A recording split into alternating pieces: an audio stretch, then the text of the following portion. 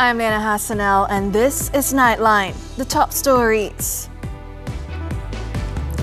Tehran prompted to launch fresh wave of strikes as Israel refuses to end attacks.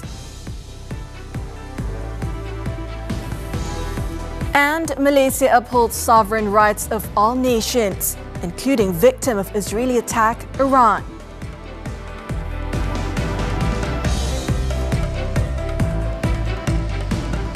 Good morning. Israel has launched a fresh wave of strikes on Tehran, deepening an escalating conflict that shows no signs of slowing. The rare daytime assault on Sunday hit residential areas and industrial sites across the Iranian capital. It came just hours after both countries traded deadly overnight attacks.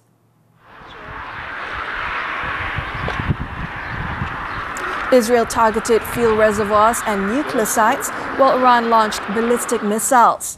Israel's military has vowed to continue striking dozens of targets in Tehran, saying it is intensifying damage to Iran's nuclear and military capabilities.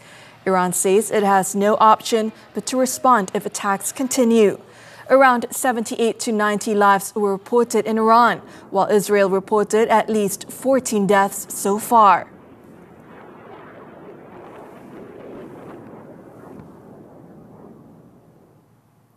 Meanwhile, Iran said its attacks are confined to Israel based on self-defense. ما خواهان گسترش جنگ نیستیم مگر اینکه به ما تحمیل بشه.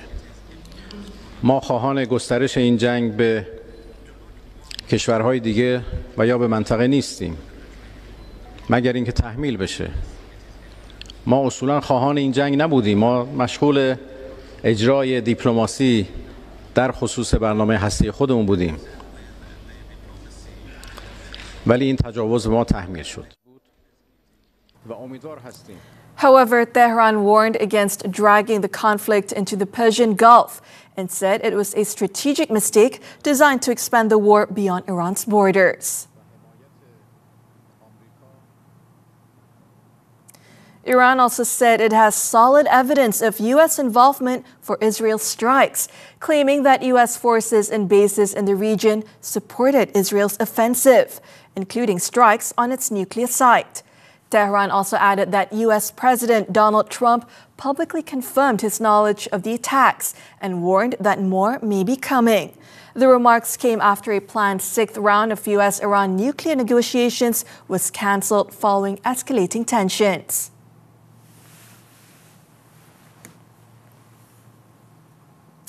Malaysia has firmly defended Iran's right to retaliate against Israeli airstrikes, which violated the country's sovereignty. Prime Minister Datuk Seri Anwar Ibrahim described the Israeli attack on Friday as barbaric, treacherous, and insane. According to Anwar, Iran has long endured hardship due to decades of economic sanctions and has been targeted multiple times by the Zionist regime. Senang-senang. Target bunuh semua saintis, jana-jana tentera. Mana negara boleh biadab, khianat, gila seperti Israel. Orang Islam 1 bilion lebih. Negara Islam kaya, tapi tak terpaya. Nak bercakap dan pertahankan Iran pun tak ramai. Anwar said this when officiating the closing ceremony of the Madani Rakyat Perak 2025 program in Lumut earlier on Sunday. He also criticized the perceived double standards of certain European countries that condemned Iran's response.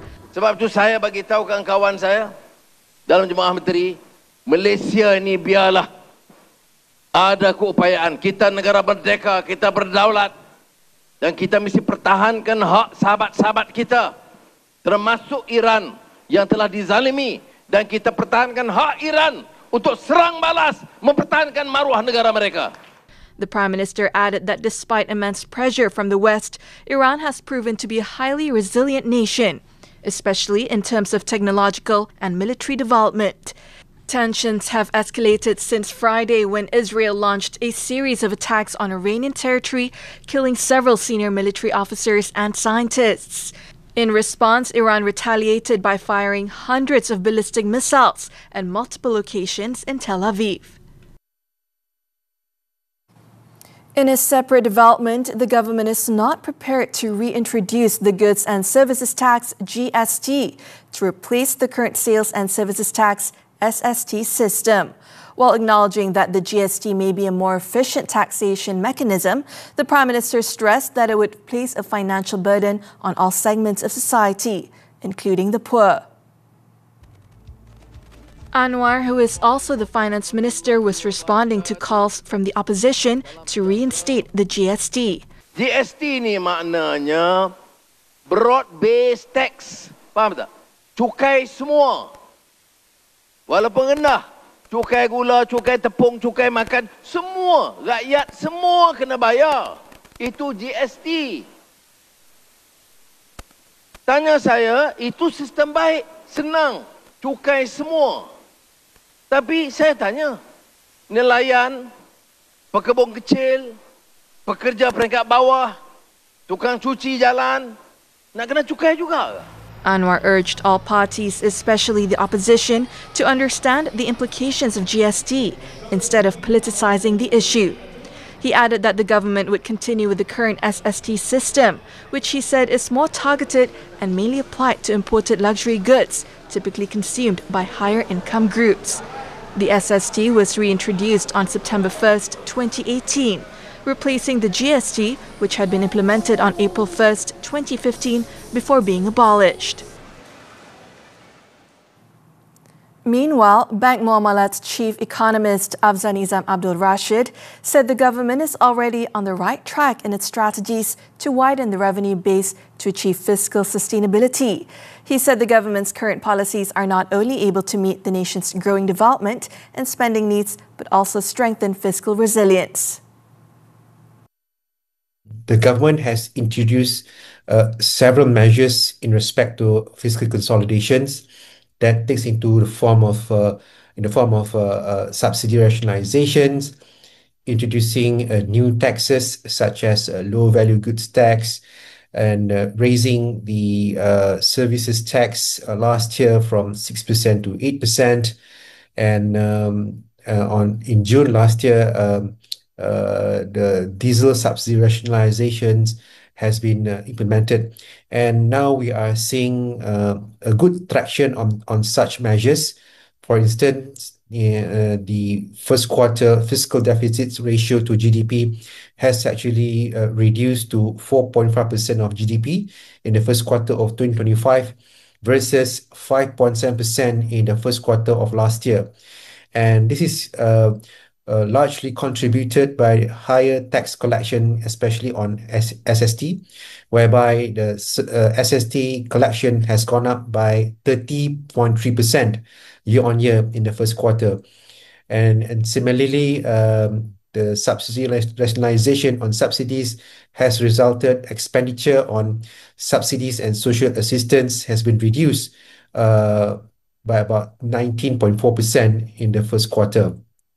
So that really helps in terms of the reducing the budget gap, and perhaps we'll be able to stabilize the government debt level. So on that note, I think whatever measures has been planned and implemented in respect to fiscal consolidation has seen a good traction, and therefore I think it's only right for the government to ensure all these measures will be implemented as planned.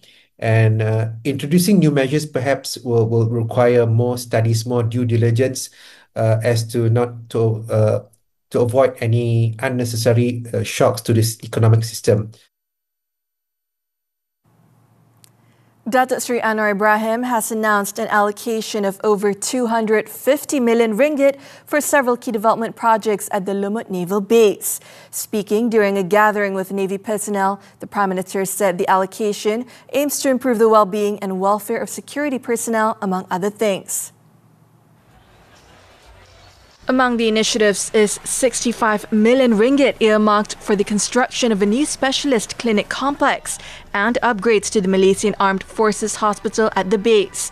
An additional 100 million ringgit has been approved to upgrade the base's high-voltage power distribution system.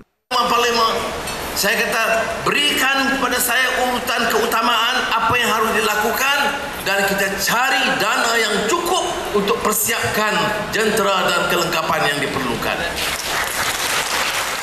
Anwar also expressed satisfaction with the progress of the Littoral Combat Ship LCS project, which has reached over 72% completion as of May 25th. He said the achievement reflects the government's continued commitment to strengthening national security assets. As part of the working visit, the Prime Minister boarded the LCS-1, which is currently undergoing testing at the Lumut Naval Shipyard. According to the Defence Ministry, the LCS-1 was successfully launched onto the water on May 23rd last year, in line with its contractual schedule. It is expected to be officially handed over to the Royal Malaysian Navy in August next year. The second and third LCS ships are scheduled for delivery in April 2027, and subsequent ships will be handed over at 8-month intervals, culminating with the final delivery of LCS-5 expected in 2029. Police have received 3 reports in connection with a fraudulent Hajj package involving a group of senior citizens who were allegedly confined and forced to traverse dangerous routes in Saudi Arabia. 2 of the reports were made in Mantin, Negeri Sembilan, and 1 in Air Hitam, Johor, by family members of the pilgrims who are still in Malaysia. Federal Police Commercial Crime Investigation Department CCID Acting Director Datuk Sri Muhammad Hasbullah Ali said in response to the 3 police reports, the CCID has opened an investigation paper under Section 420 of the Penal Code for cheating. Investigators are gathering evidence and witness statements and probing whether a syndicate may have been operating in collaboration with certain agents. Police are still awaiting the return of the victims before recording their statements and taking further action. He added that the CCID will work with the Companies Commission of Malaysia, Lembaga Tabung Haji and the Tourism, Arts and Culture Ministry to blacklist companies offering unapproved packages. Media reports on Saturday revealed that the group of elderly Malaysian pilgrims claimed they had been deceived by a local agent allegedly connected to a well-known religious figure. Upon arriving in Jeddah, they were forced to walk dangerous routes in an attempt to reach Mecca without valid Hajj visas, as Saudi authorities intensified checks and restrictions on unauthorized pilgrims. Meanwhile, the group of elderly Malaysian pilgrims affected by the alleged scam safely arrived at Kuala Lumpur International Airport, KLIA, at 6 p.m. on Sunday. The victims recounted their harrowing experience to reporters, as well as family and friends who had been awaiting their arrival. Saya tak sangka tu saya kena redah gurun. Itu saya memang tak duga. Sebab mula-mula saya daripada Madinah tu nak ke Mekah tu, mula tu saya naik 4-wheel drive. Di hantar saya berluka, semak, saya lalu. Lepas tu saya masuk pagar berkawat tu, saya lalu. Lepas tu macam mana entah kami keluar. Rezeki kami tak ada kot. Polis pun tangkap kami. Kita soalkan lah. Tapi ni dia bilang ni semua takdir. Ini takdir. Kena reda. Reda, ini tawakal, ini Allah dah programkan haji ni untuk kita. Ini nanti jadi kita macam ni kita akan dapat pahala lebih lagi. So itulah dia punya satu orang, dia punya pengelola begini, dia punya penasihat begini. In the meantime, the Johor state government has pledged full cooperation with authorities resolving the case, which reportedly involves pilgrims and a travel operator based in the state. Johor Islamic Religious Affairs Committee Chairman Muhammad Farad Muhammad Khalid expressed deep regret over the ordeal, made even more distressing as the alleged victims are elderly individuals requiring care and those with health issues. He also urged the families of the victims to remain patient and place their full trust in the authorities to carry out a thorough investigation. Meanwhile, the Johor Islamic Religious Department has clarified that it has never authorized any individual to handle matters related to the Hajj, except for the official body Lembaga Tabung Haji. Its director, Muhammad Nasri Mat Ali, explained that if any religious figure linked to the recent fraudulent Hajj case was indeed granted a teaching credential by the department or the Johor Islamic Religious Council, it would have been solely for the purpose of teaching and religious education, and not for managing Hajj arrangements.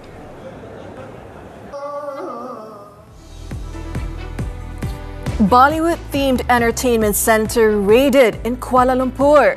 Stay tuned for the story.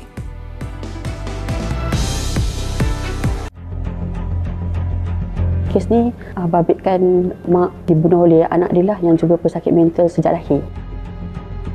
Suspek dah pegang ibu dia ni dan hentakkan bahagian hadapan muka mangsa ni ke dinding pintu rumah ni lah. Ada kajian menunjukkan bahawa kebanyakannya orang yang mengalami penyakit mental ni sebenarnya dia lebih terdedah menjadi mangsa kepada keadaan.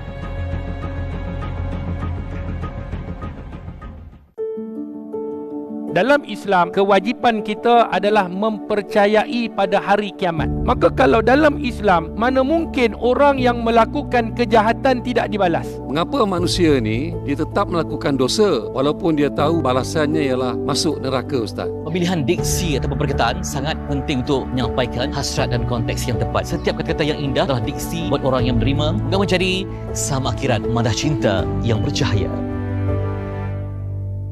Ani, awak tahu tak mie rebus paling famous kat mana? Mie rebus? Kat mana? Kat utara lah. Awak ni nak win je Kita akan bawakan pelbagai resepi mie rebus. Awak biasa berurut? Biasa. Selain daripada urutan Melayu tradisional, ada juga urutan Cina dan India tau. Tikus perosak benda, petani jadikan buruh hantu sebagai ejen penyelamat. Kes kemalangan pelajar UPSI baru-baru ini berkaitan break. Ambil tahu sistem break dan cakna penyelenggaraan. Dan soal wang mengenai hibah. MSI Isnin hingga Jumaat 10 pagi. Juga stream di aplikasi tonton hanya di TV3. Ada idea drama yang boleh viral atau nak jadi pelakon di TV3? Pitch story korang selama 10 minit berserta slide presentation ke TV3.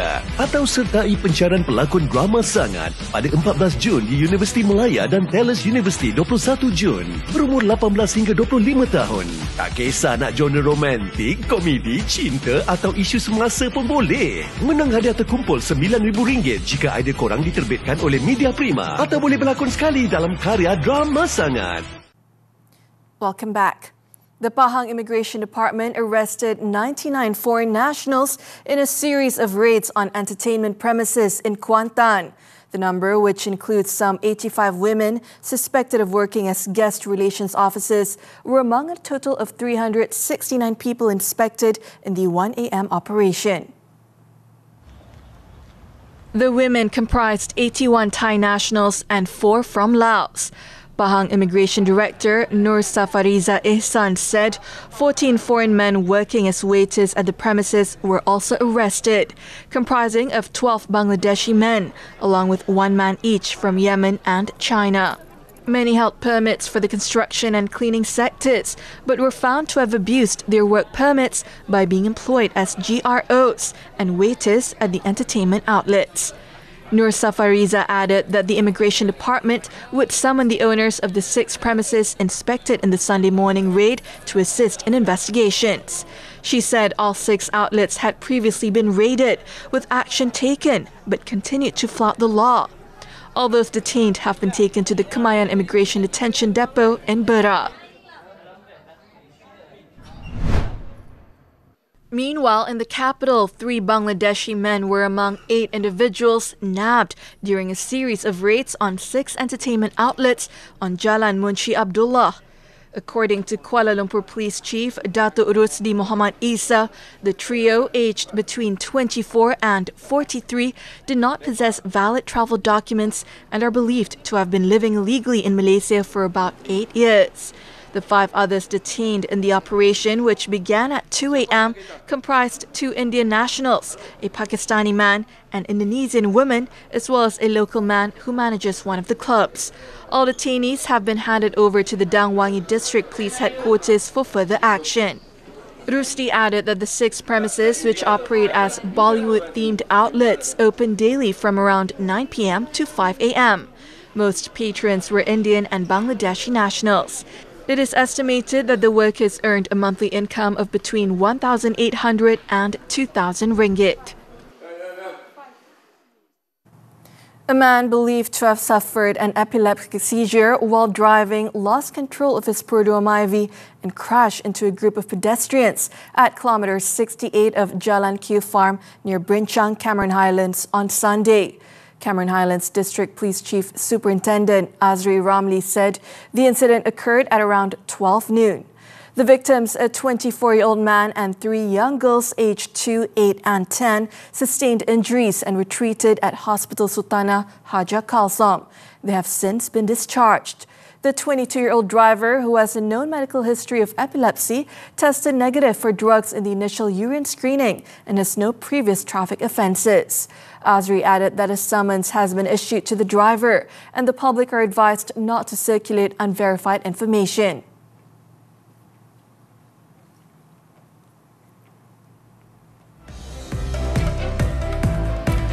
Days after India's worst plane crash this century, chopper goes down.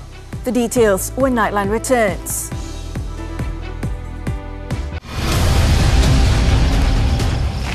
Kawasan kuari jadi sarang penagih.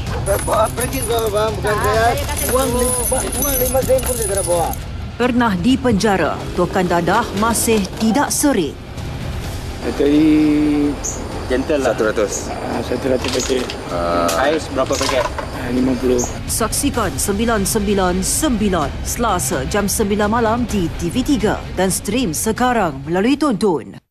Ani, awak tahu tak mie rebus paling famous kat mana? Mie rebus? Kat mana? Kat utara lah. Awak ni nak win je Kita akan bawakan pelbagai resepi mie rebus. Awak biasa mengurut? Biasa. Selain daripada urutan Melayu tradisional, ada juga urutan Cina dan India tau. Tikus perosak bendang, petani jadikan buruh hantu sebagai ejen penyelamat. Kes kemalangan pelajar UPSI baru-baru ini berkaitan break. Ambil tahu sistem break dan cakna penyelenggaraan. Dan soal wang mengenai hibah. MSI Isnin hingga Jumaat 10 pagi. Juga stream di aplikasi Tonton hanya di TV3.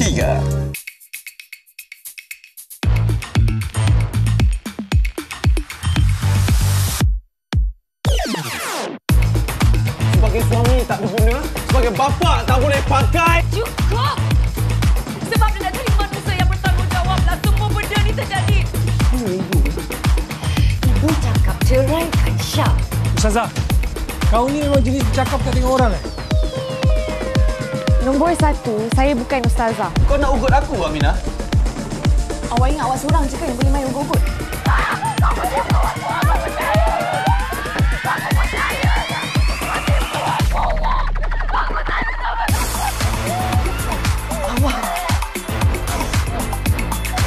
Saya sangat. Apa tengok siapa yang nak tolong bapak macam kau ni? Ni ada bersedia dengan apa hukuman. Pasal apa yang dia ada buat.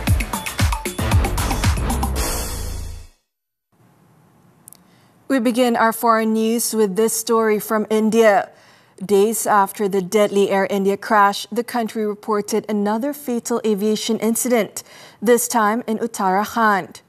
A toddler was among 7 people killed on Sunday when a helicopter ferrying them from a Hindu pilgrimage crashed in the Himalayas. According to officials, the aircraft was flying from Kedarnath along a popular pilgrimage route at around 5:30 p.m. local time, but it crashed shortly after takeoff. Rescue teams were immediately dispatched and an operation to retrieve the bodies was carried out by local police. The crash is believed to have been caused by poor weather conditions.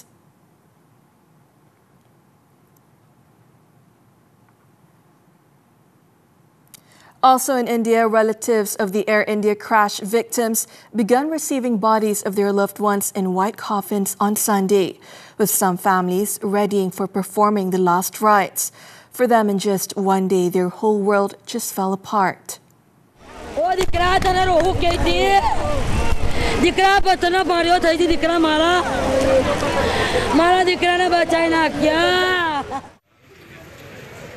The bodies were badly burned and dismembered. The crash victims' relatives said they had been advised not to open the coffins. 31 bodies had been identified for now through DNA matches. So far, 12 bodies have been handed over to their respective family members.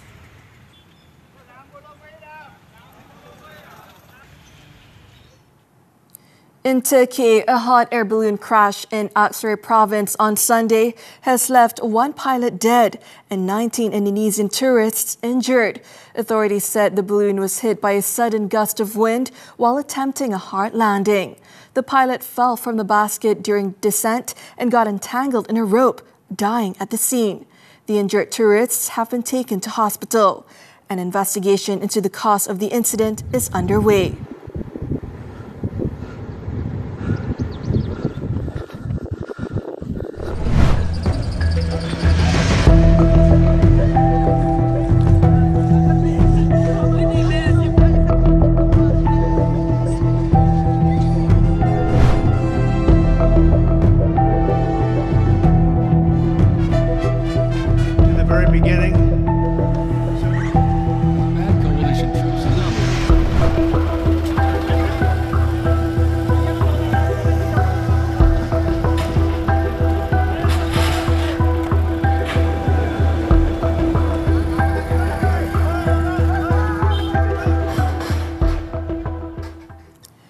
Switching to sports now, hockey and the 2025 Nations Cup in Kuala Lumpur.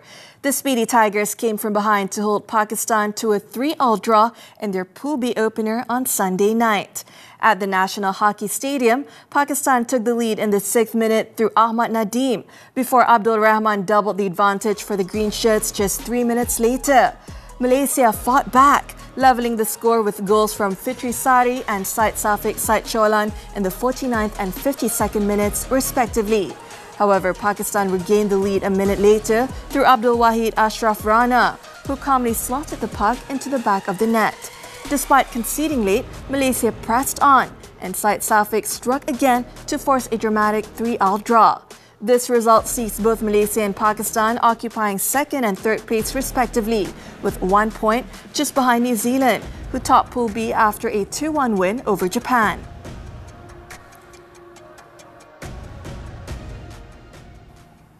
Turning to squash now, the 2025 PSNS President's Trophy in Seremban, Negeri Sembilan. Goh Jishuan clinched her 3rd title of the year after beating Harleen Tan in an All-Malaysian Women's Final on Sunday. Jishuan started strongly, taking the first set 11-7, but Harleen leveled the match with an impressive 11-5 win in the second. Despite the setback, the rising star regained her rhythm and sealed the title with commanding scores of 11-4 and 11-5 in the next 2 sets, wrapping up the match in just 30 minutes. The world number 129 now adds the President's Trophy to her growing list of achievements this year, which includes victories at the Singapore Satellite and the ACE Satellite in Kuala Lumpur.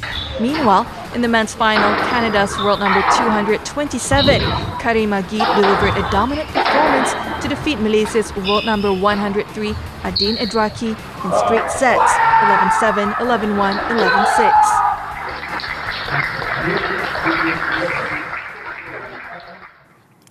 On to football now, the 2025 FIFA Club World Cup. Lionel Messi showed flashes of his brilliance, but his Inter Miami side were held to a goalless draw by Al Ahly in their Group A opener at home on Saturday. Following an elaborate and extravagant opening ceremony, the two teams finally took to the pitch, with Al Ahly dominating much of the first half. Al Ahly thought they had taken the lead when Wassam Abu Ali found the back of the net, but the goal was correctly ruled out for offside. Despite sustained pressure from the Egyptian side, Miami improved significantly after the break. Messi came close in the 64th minute with a free kick that grazed the post and hit the side netting, momentarily fooling parts of the crowd into thinking he had scored. He nearly found the winner in stoppage time after a well-worked short corner, but Al Ahly goalkeeper Mohamed El Shenawi produced a fingertip save to deny him. Miami will face Porto in Atlanta on June 19th before returning home to take on Brazil's Palmeiras on June 23rd.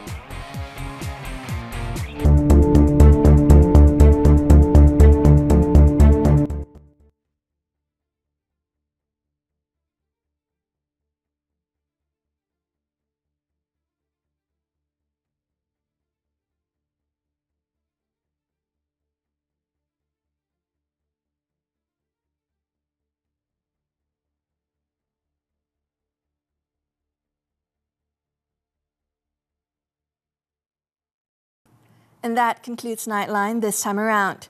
Before we go, let's take a look at the opening ceremony of the 2025 FIFA Club World Cup, where the club badges of all 32 competing teams were placed inside a giant FIFA sign, followed by a dramatic flyover by U.S. Air Force reserve planes above the stadium. With that, I'm Liyana Hassanel. Thank you for watching and have a productive week ahead.